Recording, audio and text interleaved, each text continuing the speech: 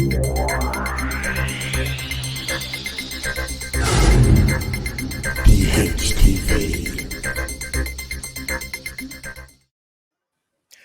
everybody out there in internet world.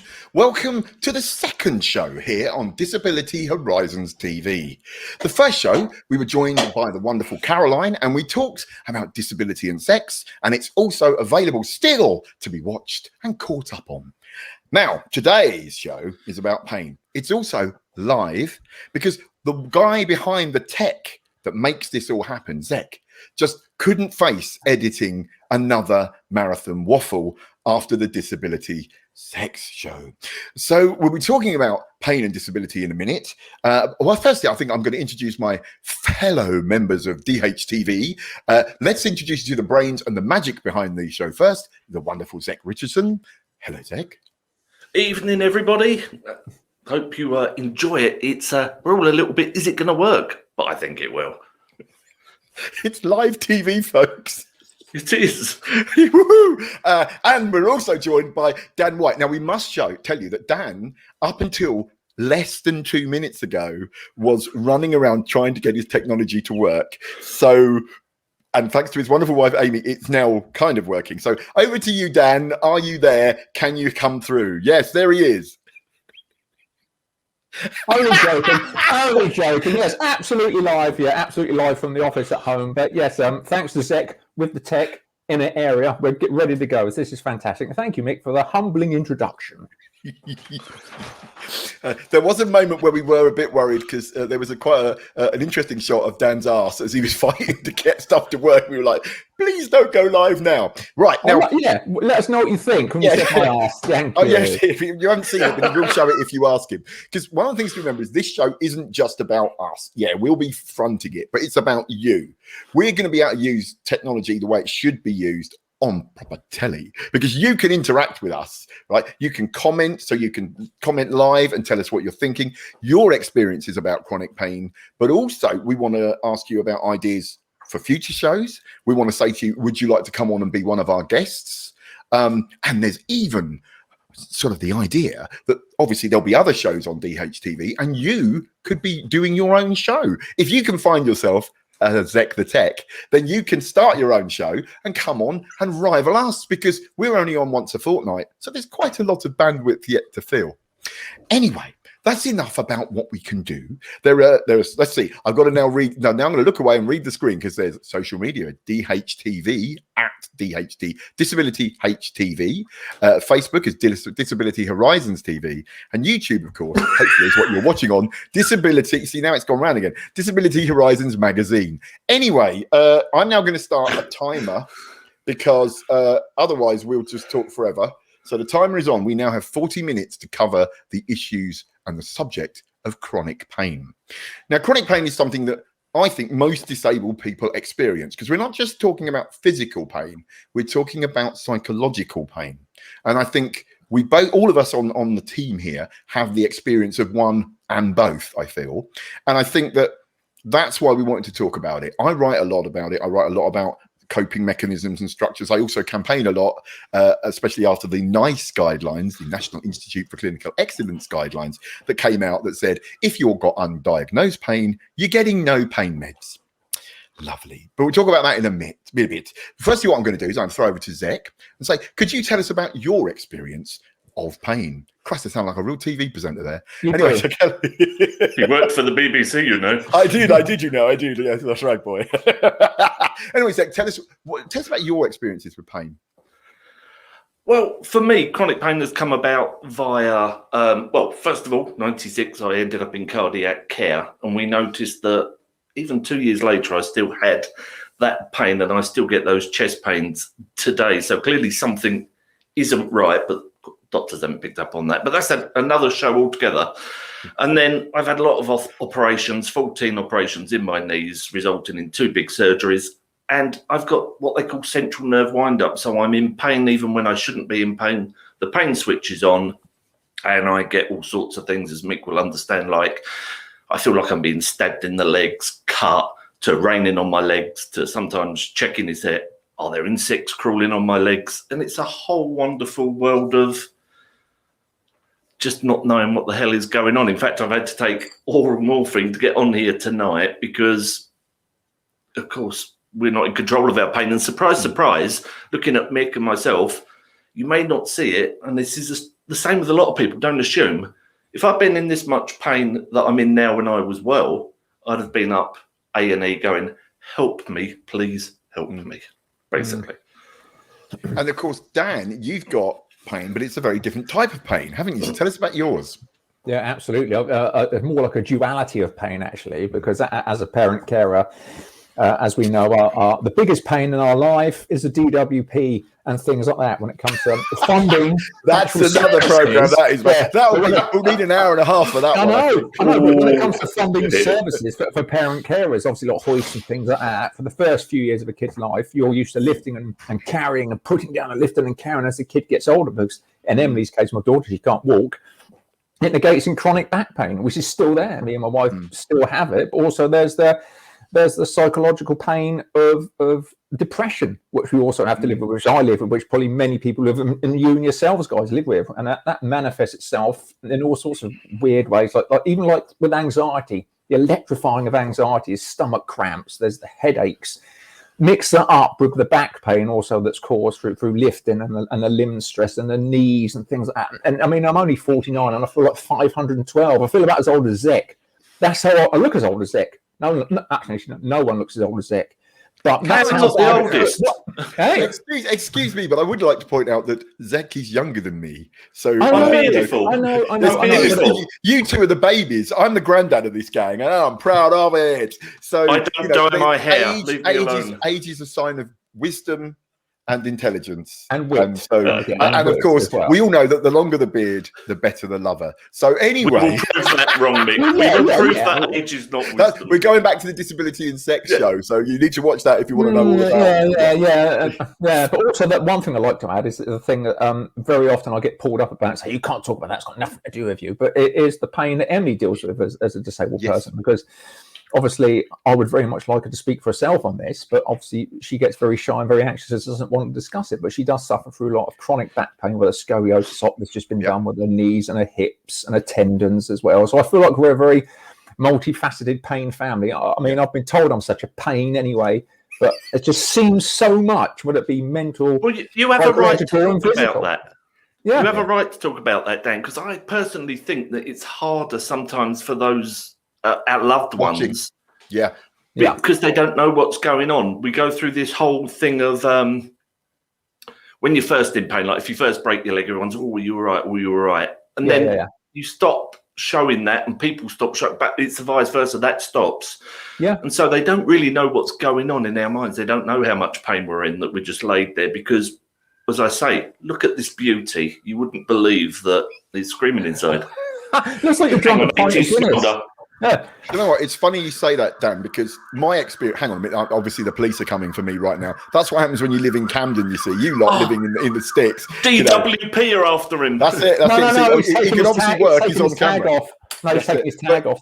But it's funny because my relationship with pain. I think about it starting when I was 16, because that's when my spine collapsed, and then I got like you were saying about Emily, I already had a scoliosis, and that kind of got worse and worse and started causing pain. Yes, someone's getting someone got about the DWP. Yes, I think we might hit a nerve there, folks. Talking of nerves, and that meant that my nerves were trapped as well. So I had the scoliosis pain and this neuralgic pain that was caused by nerves being trapped in scar tissue. I really must soundproof this studio, I think. But anyway, I also had the musculoskeletal stuff, and I think that one of the things that we don't always talk about as wheelchair users or as disabled people, I mean, not just wheelchair users, anyone that uses extra effort to get around, is that it's almost like being a Paralympian every day. Going to the loo at night, is an effort. So you've always got that muscle pull stuff that goes on. So you've got the kind of deep heat pain. You've got the kind of, my body's a bit of a weird shape pain. And then you've got, as Zec so brilliantly described, the strange neuralgic pain of having sharp things stuffed through your legs. And I bet you, just like me, Zec, you know how big they are, how sharp they are, whether they're hot or cold, how long they are. And it's like, that's needles, a sword. Pins, knives. That's a sword. Scalpels. That's a knife. That's a pin. That's a needle. Yeah. I also have rats eating my toes. So I have all of that. And then this brings me on to the next section, which is about talking about sort of how we cope and methods of coping. I went and did a load of sort of alternative therapies. I'm a little bit concerned that I was part of the study group for these alternative therapies, which is what has made NICE go, oh, they work. And it was like, yeah, but at no point did I stop taking my medication. In fact, it's time for medication, folks. I just remembered I'm 10 minutes late. So talk amongst yourself. Oh my God, I suppose we don't know what to do when Nick stops talking. It's never happened before. I know. The only way to do it is stick something in your mouth. Well, this is, yeah. We're back to sex again. We're not doing sex today. Yeah, no. But so when I was doing one of these sessions, the person talking to me said, well, it's probably like that you were born in pain, because I was born with cancer. So they were saying I was probably in pain in utero, in my mum. So I might have a slightly different way of coping. And I think that, I do think, is something that we all have different pain thresholds. I was part of a group where we were doing mindfulness. And there were some people there that had got like terminal cancer and other people that had got like a knee injury. And one of the things that, was they're very much, the guy with the knee injury was like, oh, I feel really bad because, some of the people are in real agony. And it was like, no, it's not a football league. Yeah. It's like, if it's the worst pain you've ever had, it's the worst pain you've had. Yeah. And I think that's really important. Well, we get people say to us, I can't complain because you're in more pain than me. And I say to them, no, your pain, my pain has got nothing to lessen your pain at all. Exactly. Your pain is your pain. You get it all the time, don't you? Oh, my pain's nothing compared to yours. Yeah, but your pain is your pain. It's in your physical self, and that pain is causing you discomfort. So it's a bizarre thing to say, but then we're a bizarre species all over, aren't we? Really? We are. Mick and I were talking before Dan came in, just before time, about how we deal with pain. And we were saying that we can't talk about this, but we think it's important to talk about it, that we probably have unhelpful coping mechanisms that aren't right, but it's important for other people to know that they happen. Like when my leg is really playing up, I get this strong urge to dig a knife into my leg and I know it's unhelpful. I know it's stupid. I know I would end up in the local psychiatric hospital. I have been referred to the psychiatrist for saying I want my leg chopped off and I do it myself. That's another show. But, we have these unhelpful, really, coping mechanisms where sometimes, you punch your leg because it hurts so much, because these pains aren't real, as Mick said. They are real, but they're not real. Is it neuralgic? Is this? God, yeah, I've taken all of them. You've got neuralgic pain is the one that's caused by damage in any way to nerves. So, you and me have very similar, I think, pain sensations from the sound of it. And also, I agree, I have the same coping mechanism. I mean, until I met my wife, whenever it got really bad, I would start hitting my legs quite hard. And if that didn't work, I'd hit it with a hammer. Because the thing was, the nerves were telling me something was wrong when it wasn't. And so I would cause an injury that then would allow me to, because that would change the way the pain felt, and suddenly it would go back to sort of, I just hit my leg with a hammer, so now it feels like you hit your leg with a hammer. We're not saying do it. This isn't like folks. That is not a coping here from Disability There are ways Horizons. of coping, and we'll talk about that in a bit. But do not hit your legs with a hammer. But what we mean is that it's that you are driven to distraction, and I think that you feel that there are ways of coping. And it's funny because Sharon on the comments has been saying that her daughter, she's only 12 and she lives with chronic pain, and there's this whole, is it in her head? No, obviously it isn't. And like Emily, we don't talk about children in pain. I look back on my childhood and think about the fact I was in pain a lot, but I didn't talk about it. One, I didn't want to worry my mum, I didn't want to worry my dad, and sort of, you kind of, especially if you're a boy, you're brought up, big boys don't cry and all that kind of stuff. So I just hid it. And in a way, that's probably why I'm in a blooming wheelchair. Because if I'd have been more vocal about the fact how much my back hurt when I was a teenager, they'd have probably said, oh, we need to look at that. What I find with Emily is because they're focused more on not fixing as such, but when she goes in for operation stuff, doing that, getting it done. They're not focused on the long-term aspects of pain that she has. If you see what I mean, go and do the scoliosis op. Yeah, that's fine. Off you go, bye. But that just leaves with an ache there, this constant 24/7 like you guys have. but they don't really focus on that. It's more like a machine process of getting her in, giving her this, giving her that, making sure she's okay, then buy. But like I said, this long-term thing that she gets, like the tendon pain and stuff like that, it's constant all the time. But you can see she hardly ever mentions it, but you know it's there all the time for her body movements, for the way she twitches, the way she moves and stuff like that. It constantly goes on.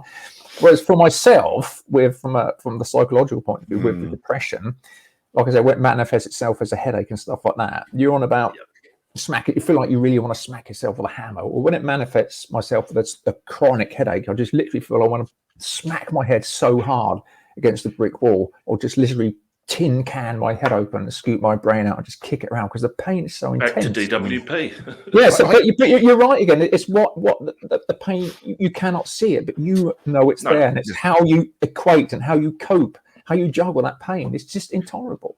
It seems to me, guys, that Martin, who obviously runs Disability Horizons, there's a chance for sponsorship here, because we seem to be possibly great sponsorship for hammers. Yeah. So Stanley should sponsor us, and we can go. Stanley, we have our hammer ready, because if all of us, it's funny, that is exactly it. We all think of these weird things, and because pain is physical. Yes. But then, I was saying this to Zec earlier. You've got the coping with the ow, ow, ow, and then you've got this that hits your mental abilities, your ability to cope, and I think that's really important. And I don't know about you, but I find that when I first started learning to cope with this, it was all about pain medication. It was all about, the first drugs I got given were dihydrocodeine, DF118s, which are wonderful, but they're also so addictive. If you take 8, that's it, you're hooked. So less than a day's dosage means you're hooked. So I'd have a kind of 3 to say 7 day pain spike where, like you were saying, that wind up where it gets really bad. Yeah. And I took DFs, and they are very good. They kind of make it. I mean, admittedly, you're there going, I can't feel anything, but it does get the pain away. But then it goes, and then you have to spend 3 to 6 months coming off basically smack. And it's like, this is not a way of dealing with pain. So I've had a long journey. I've tried all the, mung beans, acupuncture, mindfulness. I do yoga, as anyone who has looked at my yoga page would do. But there's no real places to go and learn yoga if your body's different. No. And I think that's that's why I wanted to do this, because I think that we have to start talking for ourselves, because I bet you've both had it, and I bet Emily's faced it too. You go into a room full of doctors. They've read the manual. They've got all the exams. They've never themselves had any pain. They've never had any surgery much. They don't know, and they only believe what they're taught about disability, whether it be physical or psychological. And you're on a hiding to nothing, because, I mean, has Emily been to a pain clinic? No, she's not been to a pain clinic, but you're absolutely right there about a small proportion of GPs and things like that. I mean, if they don't understand it, then your child almost becomes their test subject, their template, which is completely unfair. You see what I mean? Always treated like original. But what's causing this? Let's find out what's causing this and stuff like that. Well, no, this is stuff that you should have been learning through experience, but unfortunately none of them learn through experience. That drop straight in and then told to get on with it, and of course they don't really understand it. But that's, as we know, that's not just straight across the medical profession, that's right across everything. I have been through pain clinics, and I found them both helpful and almost literally deadly. I was one of the first people on the pain clinic course at Southend. I gave the nurses a real good learning board. I think I was a very interesting case study. That was before my legs went. That was with the old arm and the pain I was talking about there.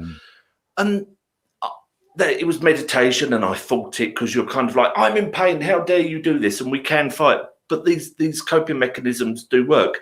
But then my journey with pain clinic ended when the doctor there said, the consultant, as you say, wise in his years, he knew everything. Said, right, I'm taking you off of buprenorphine patches and I'm putting you on fentanyl.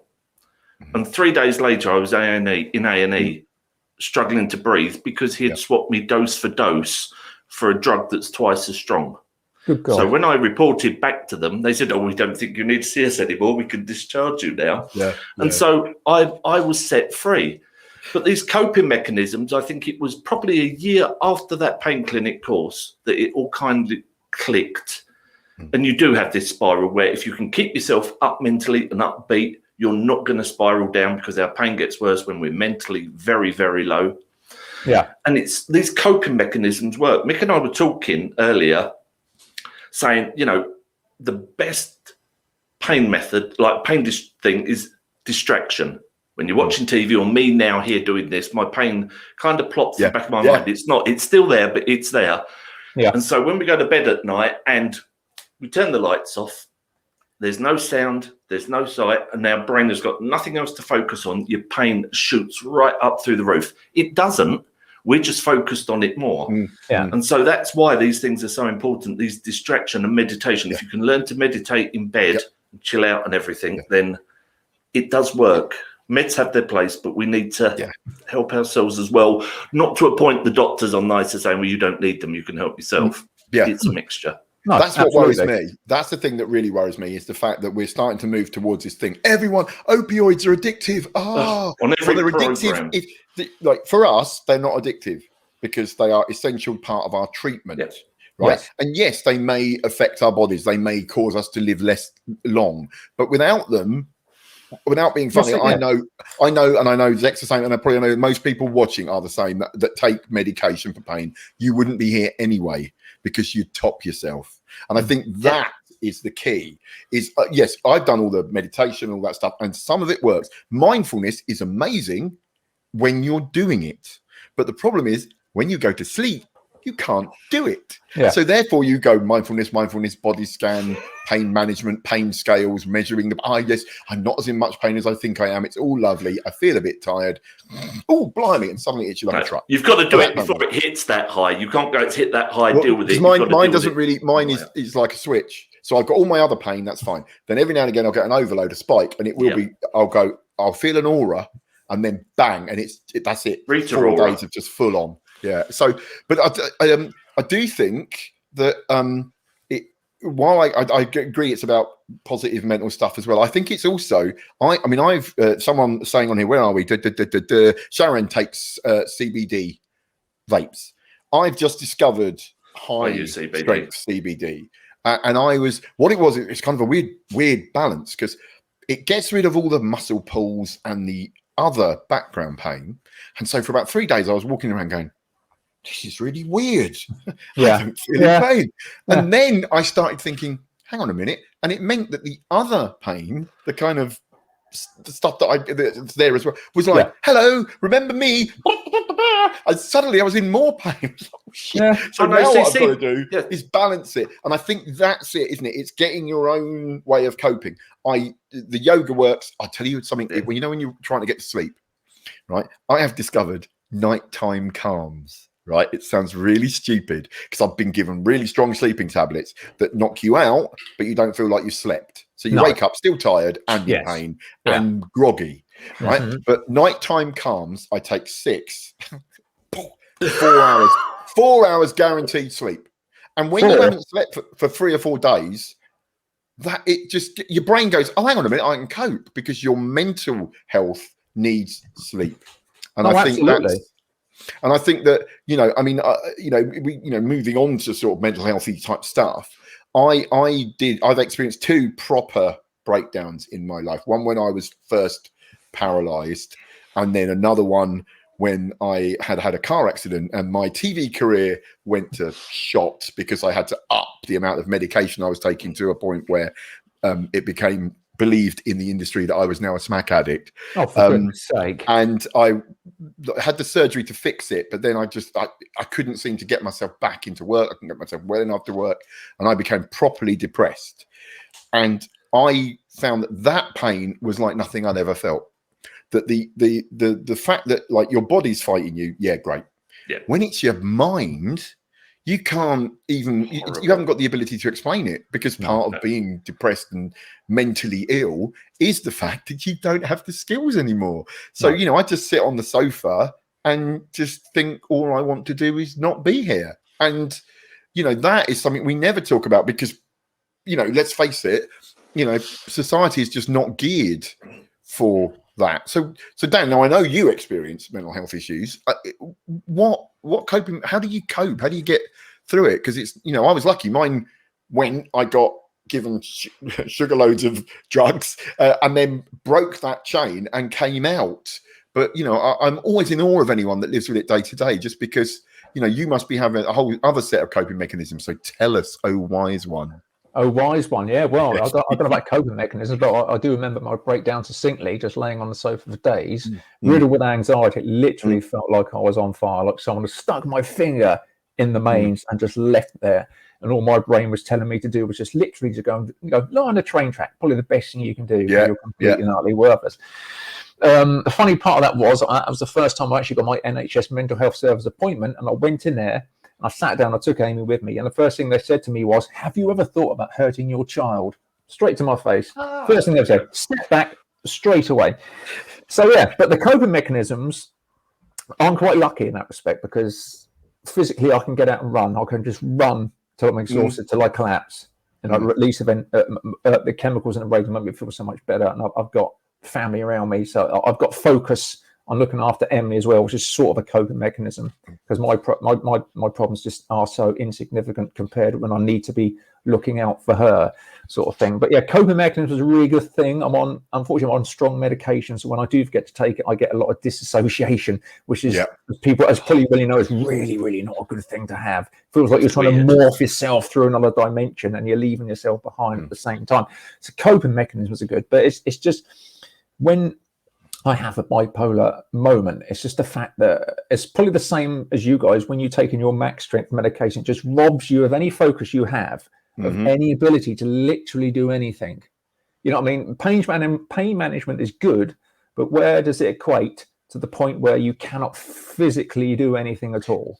And that was a question I was really going to ask you, Mick, as well, when it comes to your medication. Do you know what, right? I think because Zec, you have and have had mental health issues too, haven't you? So we'll get yours, and then I think we can all jump in on various coping mechanisms. Yes. Well, I started having mental health issues in the late 80s. Nothing to do with the 80s. It was just something that happened to me. And it wasn't 1989, was it, when the 80s ended? Because I know we all got very depressed. It was. It was when he was 80, Mick. So you do realise we're turning into Top Gear here, don't you? Anyway, sorry, get on with it. I had this whole battle with mental health first, and then it didn't help when I got in pain, because bang, it hits. Although, because I had a big breakdown in 1999, I remember it because I was at an outpatient clinic with all the others, laid on the floor off my face on meds watching the eclipse. And those coping mechanisms stick with you. And I think if I hadn't have had that breakdown then, I wouldn't cope with my pain as much as I do now. But I want to go back, because someone says here, Sharon Spink, what annoys me is when your friend's offering you advice. No, there was another one up there. There's another one. MP has also said about friends and family lecturing them about meds. So I've had this, and I get this a lot. Oh, you're on meds. Why do you need to take all them? And I'm like, I can't function. You don't understand. I can't function. I have come down off my meds. I was on I was on a dose. Sorry, I've taken on off. I was on a dose of pregabalin twice a day. And I said to the doctor, oh, no, my brain, I want to come off them. She said, well, your nerve pain is going to go up. And I said, that's okay. And so I literally did it so slowly. Yeah. And I'm now down to a third of the dose-ish. Yeah. And yes, I'm in more nerve pain, but I'm thinking more clearly. And so I'm able to take control of my mental health better, because I'm not, like Dan said, that where you just feel like a robot, that nothing's real around you. It's the reality. It's odd. You walk around just like watching the world, not being part of it. Yeah. And so I think having a breakdown, even though my wife's counsellor says, it's like when you see cracks in the wall, you can keep plastering over them, but it's not until you really knock everything down, rebuild the foundations, and then build up. It's horrible counselling, because you have to go over everything and drag it up. Yeah. But once you do it and the foundations are firm, you can cope with things better. I'm not saying I don't have my off days where I'm laying on the bed crying and saying I'm going to end it all because I can't cope. Yeah. I think we're all agreeing. I think that's a place we've all been. I wouldn't know about the counselling, because I went to see a counsellor and I wheeled in and I said, basically I am really scared, because I am definitely at a point where I am thinking thoughts I don't want to think, that I have really not thought until I was like, the last time I felt like this, I had just become paralyzed. I was 16. I thought my life was over, and this is not a good place to be. Help me. So we had our big counselling session, and so I talked about my life. I talked about what happened. I talked about stuff I happened to as a kid, and they went, well, to me, you seem to have coped really well. I think you're doing as well as could be expected. And I was like, so me wanting to kill myself is okay, is it, you weirdo? And it was then I realised that, kind of it is. I really feel that when it comes to psychotherapy and psychoanalysis for disabled people, we're in a losing thing because it's not normally done by us. It's normally done by people who don't get it. Yeah. So then I started, I thought I was going to go to university and study psychology. So I started studying, did the first year, did my second year. In the second year, the identity of disability. And I thought, right, I'm gonna breeze this. No, because psychologists are still being taught completely medical-based thinking. Being depressed when you're disabled is natural. That's just what part of being disabled is. No one could be disabled and be happy. And if you go in there and say, hello, I'm a happy disabled person, what it really means is you're so mentally ill, you're in denial, right? Yeah. So it means that you're on. So we need to know that when you go to seek psychological help about being disabled, or when you are disabled, you're kind of already on a losing wicket, which is why, I know I'm so lucky that I took the meds it was a spiral. I'd lay on the sofa and go, oh, I'm really down. I don't know what to do about my life. It's all falling apart. Then I'd lay there and just think, well, this is ridiculous. You're never going to get anything done laying on the sofa. You've got to get up. So then you think, right, I'll get up. And then you think, but what's the point? Yeah. It's all just rubbish. So then you'd lay down again. And I'd just go from one to the other. And I'd just feel it was like being on when you're coming out of a car park and you go down the spiral in a car and you get that kind of weird woo feeling, especially in a wheelchair. Yeah. Have you ever done that? I have actually, drunk as a teenager, wheeled down one of the car parks in Luton, and it's not as much fun as you think because those concrete ramps are all lumpy. The other thing I did was I once got towed behind a Datsun Sunny. After a sixth form party, I hung onto their tow rope, and I think we got up to about 25 miles an hour before I actually let go because I thought I was just going to die. But that's a guy I know was going down Pier Hill in Southend so quick that his mate worried about him and grabbed the chair, and the chair stopped. He didn't. Yeah, I've had that a couple of times. So you're now saying that alcohol was good for pain management, is it? Yes, no. Alcohol. I can't really go into too much about not on the meds. Substances. No. I'm not. Disability Horizons. Like I said, I think that the pain, psychological pain, was a lot more shocking to me, I think. And I was, and it gave me a new, I've got lots of friends with proper, serious mental health. He's one of my best mates, has lived with bipolar for years. Annoyingly, he's only recently found out it was actually a brain tumor, and he wasn't. So they've now removed that, caused loads of damage to his brain. So he went from being psychologically damaged to now being blind in one eye, paralyzed all down one side. So I'm giving him a good old help on the introduction to becoming disabled, another great advert for the medical profession. But I knew him a lot, and we hung around together, and I saw his battle with this bipolar, super up, creative, fun, party man, down suddenly, wanting to die, had it all, and the spin between the two was just amazing. And I could see we're back to this thing about family, friends, just not getting it. I love the loads of people on the comments are all commenting alcohol is great. Gin. It's gin. Drink gin. But no, gin's mother's ruin. Yeah.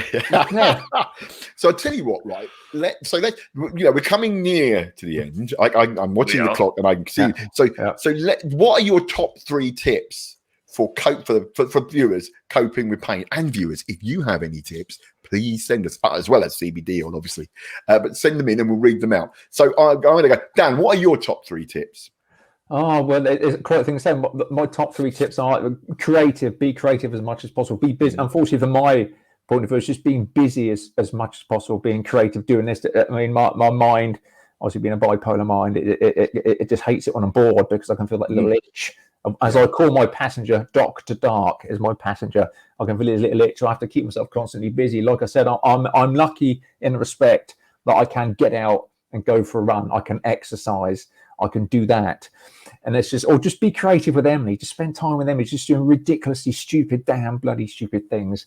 Just doing stuff like that. Just that's the outlets I have. That's the only outlets I have to literally cope with this. And you mean like punking up her clothes? Punking up her clothes. I have ever so sorry. On that. No, you've been sorry. I have been. Emily and me are WhatsApp mates, and we spend hours swapping pictures of outfits that she wants to make. And like you know, she's doing up her jacket. Well, that's because I showed her one of my jackets that I've painted up, and to be honest, she's done hers better than I did mine. It's much more colourful. But I think that's so doing something. Being creative, exercise if you can, if you feel, but it's all about motivation, as you know as well. It's trying to motivate yourself when your brain is telling you not to. It's fighting against an army in your head, and you're a single person doing that. And if you can do that, then that's just fantastic. But it's always a constant push. So, Zec, what are your 3 top tips? It is distraction. Distraction is number one. Distract yourself. Vicky Ann on the comments. Vicky Ann on the comments has gone distraction. Yes. Distraction. CBD. Now, CBD works for me. It doesn't take my pain down, but what it does is it relaxes me. It puts the pain a little bit further back in my mind. I sleep better. And so that is what helps me there. And I'm not very good. I love to go out and I love to do lots of gardening in the summer, and I will garden until I collapse and my wife comes and rescues me, muttering that I'm a stupid old man and getting me indoors, and I will spend 5 days in pain. But if you enjoy that, don't worry what people think. If you want to put yourself in pain for doing something you love and something that you distracts you, go ahead and do it. Don't worry about the DWP might see me and think, oh, I'm fit for work, because it's about doing things repetitively is the key here. Yes, we can do things, but no, I can't garden the next day or the next day or next day or next day or next day. It's about occupying yourself, doing what you love. Absolutely. Yeah. Mine are 1, be okay with yourself. Whether it's physical or mental pain, you are mostly winning. So when you don't have a bit where you're winning, be okay with yourself. Don't knock yourself out because today you don't feel like the Superman, that you think everyone else is, because, you're doing the best you can. And secondly, don't believe the hype, right? We live in a society that says the worst thing that anyone can be in is pain. And I have never really believed that. I think that it is manageable. It is, I don't say I live with pain. I don't suffer from it. I don't live with it. I live well with it. And when you're in pain, like most humans, you remember the bad times. So when you're in, you think about pain. When we talk about pain, we always talk about the stabbing and the agony and the mental health and the blah, and we don't talk about the fact that we do most of our stuff in this situation. That it's only when it kind of is that big trumpet in your head that you can't ignore. But you're like, oh, well, yeah, no, I'm bad. But 90% of the time, you're just getting. We're functioning now, despite it. Exactly. And the thing is, right? Is society doesn't say that, does it? It doesn't. Pain is terrible, and no one can do anything. And if I was in the pain you're in, I'd want to kill myself. And it's like, because of the fact that life is wonderful. And one of the things about being in pain all the while, I think, is it shows you how wonderful life is, because it reminds you every day how precious being well enough to do stuff is. Yes. So I think that's it. And then the third one is do what works for you. Right? Yeah. Sport, not hammers, distraction, getting hammered on drugs, getting drunk as a skunk, do whatever, right? Because we know, we've talked about all the people in the whole row have been saying. We do not endorse getting drunk and doing drugs, please. I meant prescription. Honestly, I did, honestly, officer, I meant prescription drugs, but take what works for you, because police sirens. Yeah, exactly. That's it. Yeah. They've come and gone now. We live in a judgmental society. We live in an ill-informed and judgmental society. Medication is bad because you get addicted to it. So pain is not going to go. Great, you don't get addicted to mental health drugs. You don't get addicted to insulin, do you? Right? No one ever goes, oh, we need to get them off insulin because that's a terribly addictive drug. They need to take it every day. No, that's it. So be okay with that. Be okay with yourself. Be okay with the pain you're in, and be okay with what you do to treat it. I will admit, I've taken up being more active, and I have found that yes, it causes the pain of being more active. When you're a lazy sod like me and you finally get off that sofa, you do stuff and you think, oh God, my back's killing me. And you think, well, of course I've just wheeled on my hand cycle for 10 miles. What, of course you'd hurt, but that's a different kind of pain. And what is it? So Sophie's saying about talking to people. I also agree very much. Can I just say one handy tip? And this has always worked for me. Get yourself some videos that make you laugh, right? And I don't mean Hardy. Yeah, I don't mean highbrow. I don't mean, yeah. I know, I'm going to watch some intelligent BBC 4 comedy. No, I mean the kind of stuff that you dare. I mean, Animal House. I have got a group of videos. Yes. I've got Corky Romano. If anyone hasn't seen Corky Romano, it is an awful American. Ferris Bueller's Day Out. Yeah, anything really bad and funny. Anything with Steve Martin in normally gets it. And do you know what my go-to film is? Flushed Away, the animation. Oh, yeah. Yeah, love it. Oh yeah, yeah. Oh, what is it? What do they call him? Roddy Mc. Yeah, in Millicent Bystander. Millicent Bystander. I'll tell you. Oh, Dan's doing his Frozen thing. The internet has gone. That's it. One can watch the producer. That's what I was going to say. If you can watch the original producers with Mel Brooks. It's just so insane. Springtime. It's so funny. Have you noticed that all of us have perked up? Yes. We're talking about stuff that makes us laugh. Right? What will happen is when this ends and I cycle this off, my pain is going to go. Yes, because I'm then not. Yeah. But then I think, and I think that's okay as well. The idea of saying, right, do you know what? I don't think my time is actually working. Okay. Anyway, we've got 1 minute and 44 seconds. Don't know what happened there. But anyway, so I think that's it. Is knowing that if you overdo it, it will hurt. But is it worth it? It's all about balance, isn't it? Right? Some days you might say, right, I'm going to keep the scales dead level. And I'm not going to push it too far because I don't want to face it. And I know I've got stuff to do in a week or something. But the other time you might go, do you know what? I don't care. I'm going to push myself way above my normal levels of being okay. And I know that's going to go, balance time. Yeah. And I know that. And then it's knowing that because life is just wonderful and it's not worth thinking whether it's psychological pain or physical pain or both. It's too wonderful to go, I'm not going to do stuff in case it hurts. I'm not going to, try because I might fail. And I think that is it. And that's, I mean, talking to all you lot, I know that's the same. And, and I know. The only thing I've been successful at is failure. So don't knock it. I totally and utterly disagree. I mean, let's face it, just all the magic that has brought us this wonderful show and will bring future shows has been at the hands of Zec. He has just magicked it, and I am in awe of that because as a super technophobe, just amazing. So you got them. This has worked well, hasn't it? Yes, it has. And I mean, maybe if we go like this. 14, 13. The timer is nearly going off. We've got 2 minutes left, so that's how long we've got. Look at this. I'm going to wait for the timer to go off because I've got a very cool sound to go with it. So we've got 3, 2, 1, and. Oh, that was my first clock. I remember. Sounds like a retirement. Sounds like you're in a retirement home. I know. Yeah. So there you go, folks. That was the first episode. So what's your final thought, folks? Each one have a final thought, and then we'll sign off. Okay, my final thought is, I just want to say something else as a little coping mechanism to people out there. It's just laugh at everything because everything's funny. Just be stupid. Try not to grow up. Just laugh at things. Like I said, everything's ridiculous at the end of the day. Just spend time with your family. Do stupid things. Do things that annoy people that annoy you as well, because I find that a real bonus. And poke a politician. Always poke a politician because they don't like it. Poke them till they really get annoyed. So things like that, that's what keeps me going. Of course, Dan and I have done that live on BBC, haven't we? Yes. We both poked a Tory politician until they lost their temper. Poke the Tory on Brexit and you didn't like it. Don't you miss Victoria, Derbyshire? What a show. Every now and again, we got a chance to annoy a Tory to the point where, or alternatively, a Tory annoyed me to the point where I nearly wanted, if it wasn't for the wheelchair, he'd have been punched in the face. Zec, what's your final thought? I don't want to poke a Tory politician. Now we've said it's conjuring up the disability and sex show, and that's kind of making me feel a bit uncomfortable. Yeah, they could use the Caroline hand to be done with it.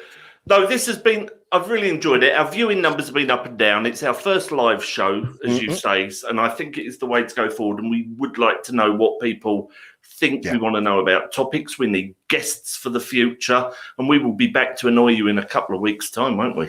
Yeah. We will, absolutely. That's exactly it. Please, if you've got a topic, drop us a line.